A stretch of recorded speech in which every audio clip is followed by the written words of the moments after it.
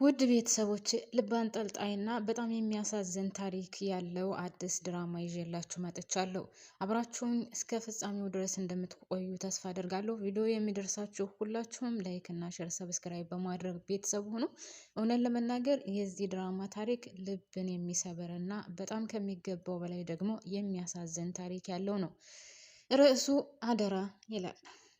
አንዲት ምስኪን እናት ለልጇ የምታበላው የምታጠጣው አጥታ ስደትን መርጣ ስደት የተሰደደች ያችን የምትወዳትን እንደ አይኗ ብሌን የምታያትን ልጇን ደግሞ ለወንድሟ ሰታት ነው የሄደችው።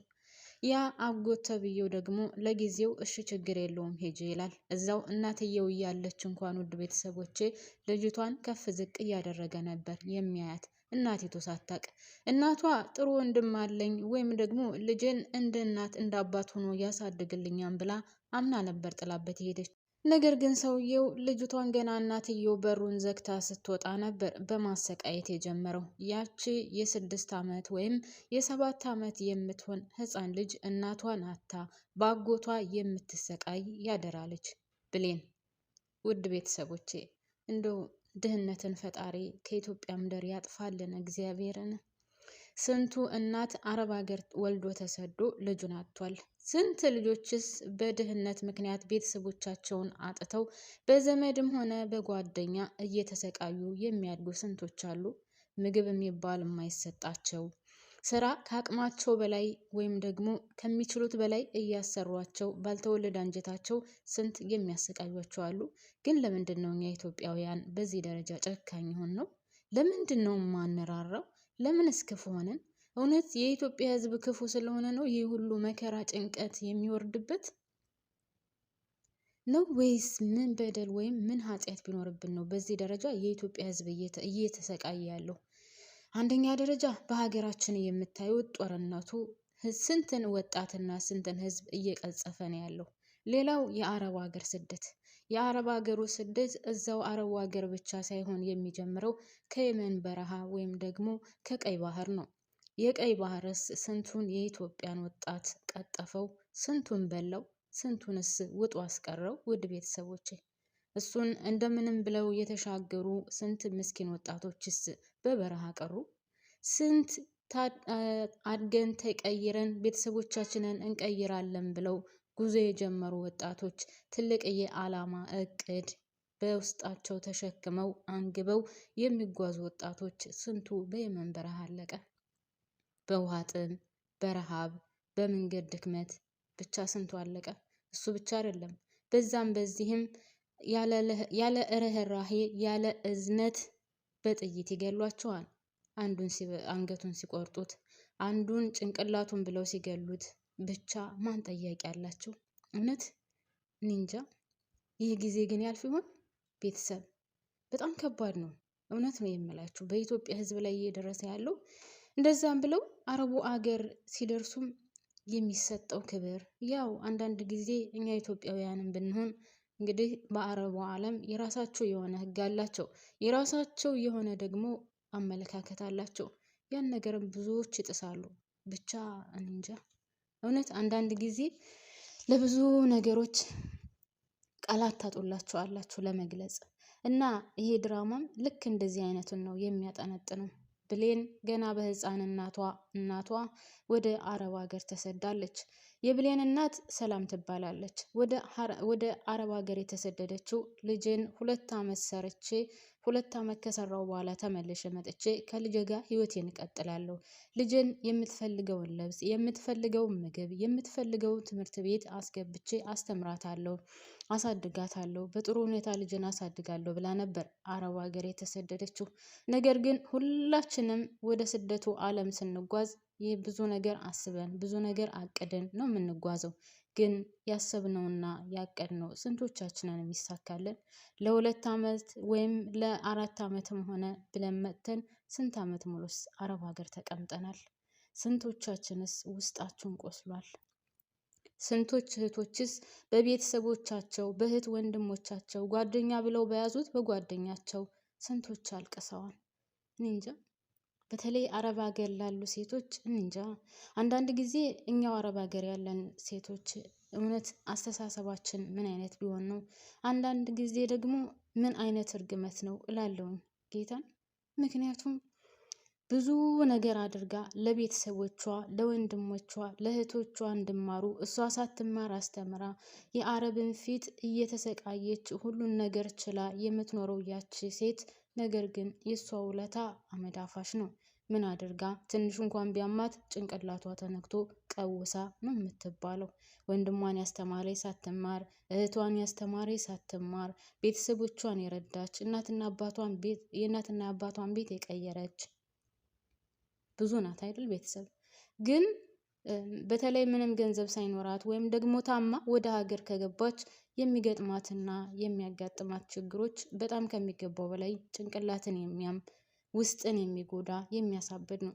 ጮክ ብላ ከተናገረች እዛ ታፍና ቆይታ ጭንቅላቷ ተነክቶ አእምሮዋ ምንድን የሚባለው አእምሮዋ ዞሮባታል ይባላል። ብቻ አሁን የዚህ ድራማ ታሪክም የሚያጠነጥነው ይህኑ ነው። ሰላም ወደ አረብ ሀገር ስትሰደድ ለ2 ዓመት ብቻ ነበር። ነገር ግን ነገሮቹ አልተሳኩላትም። እንዳሰበችው 2 ዓመት ሰርታ ለመመለስም አልቻለችም። እዛ ውስጥ የገጠማት ከምታስበውና ካሰበችው በላይ ትልቅዬ ችግር ነው። ባላደረገችው ነገር ሰው ገለሻል ተብላ 10 ዓመት ሙሉ ታስራለች። 10 ዓመት ሙሉ የታሰረችው ባልሰራችው ባልፈጸመችው ወንጀል ነው።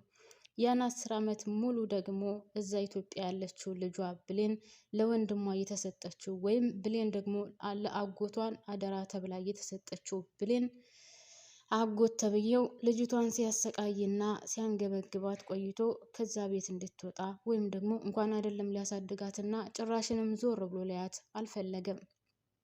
ሰውየው የሚፈልገው የሰላምን ገንዘብና ገንዘብ ብቻ ነው።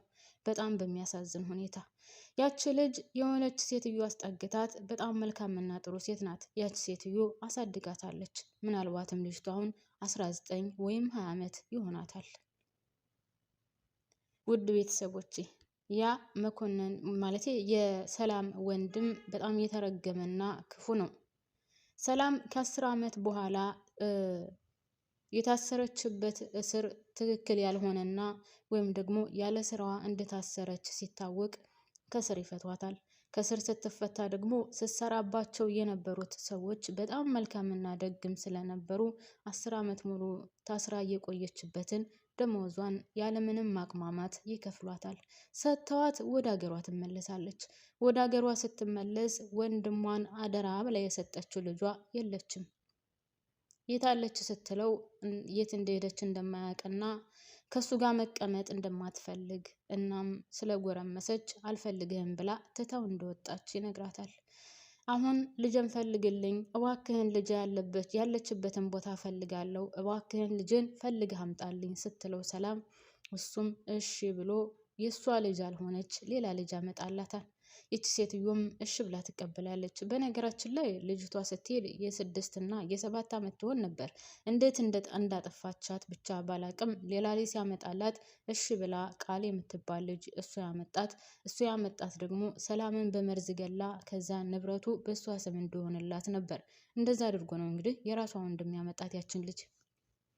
ለማንኛውም ውድ ቤተሰቦቼ እንግዲህ ሰላም ደግሞ ትቀበላለች ልጅ ናት ብላ እልል ብላ ልጇን ተቀብላለች። በጣም የሚገርመው ነገር ደግሞ ብሌን አሳዳጊዋ ወይም ደግሞ ስታሳድጋት የነበረችው ሴትዮ ጉልበት ስለሌላትና ስለሚያማት እሷ ካሁን በኋላ እኔ አንቺን ማገዝ አለብኝ ብላ የሰው ቤት ስራ ትፈልጋለች።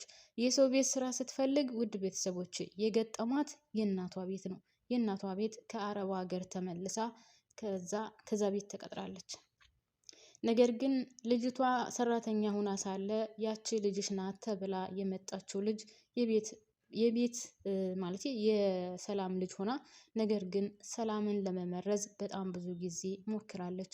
ያው የተሰጣት ስራ ስለሆነ ማለት ነው። ሰላምን ግዳያትና ገንዘቡን በስምሽ ትወርሻለሽ፣ ከዛ 25 በመቶ የሚሆነውን አንቺ ትወስጃለሽ፣